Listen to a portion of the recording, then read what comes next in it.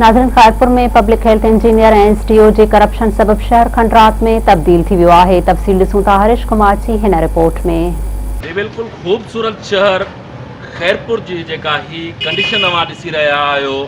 खैरपुर हिन वक़्तु करप्ट ऑफिसरनि जे करे खंडरात में तब्दील थी चुको आहे। खैरपुर जा जेके बहितरीन रोड हुया उन्हनि खे जेको आहे सो भारी मशीनरियुनि सां उन्हनि खे पटियो वियो आहे ऐं उन्हनि खे विच में अंडरग्राउंड नाला ठाहिण जे लाइ उनखे पटियो वियो आहे।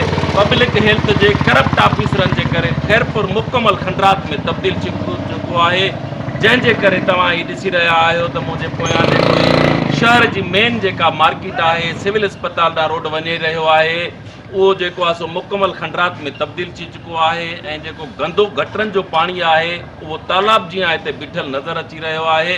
ऐं मां तव्हांखे इहो ॿुधाईंदो हलां त हीअ जेका शारा आहे खैरपुर जी दिलि जी हैसियत रखंदी आहे। हिते आसपास में जेका दुकानदारी आहे ऐं आसपास में जेके नंढियूं वॾियूं प्राइवेट क्लिनिकूं आहिनि, उनखां अलावा जेका सिविल अस्पताल खैरपुर आहे उन तरफ़ ई रोड वञी रहियो आहे, जिते तव्हां ॾिसी रहिया आहियो त गंदगी ऐं गंदो पाणी हिते बीठल नज़र अची रहियो आहे। जितां शहरी थोरे नंढड़ा मासूम ॿारड़ा तोड़े जो हितां जूं जेके असांजूं औरतूं भेनरूं उहे हितां गुज़र कंदियूं आहिनि, उन्हनि खे ॾुखियाईनि खे मुंहुं ॾेई रहियो आहे। ऐं मां तव्हांखे इहो ॿुधाईंदो हलां त पब्लिक हेल्थ पारां करोड़े रुपए जी लागत सां जेके स्कीमूं शुरू कयूं वयूं आहिनि उहे अणपूरियूं आहिनि ऐं उन्हनि खे तक़रीबन जेको आहे सो साल कंहिंखे थी चुको आहे, कंहिंखे 1.5 साल थी चुको आहे ऐं शहर जे जेके ड्रेनेज स्कीमूं नयूं ठाहिण जे लाइ खोटराई त थी चुकी आहे, पर उन्हनि खे मुकमल न करे सघिया आहिनि। शहरनि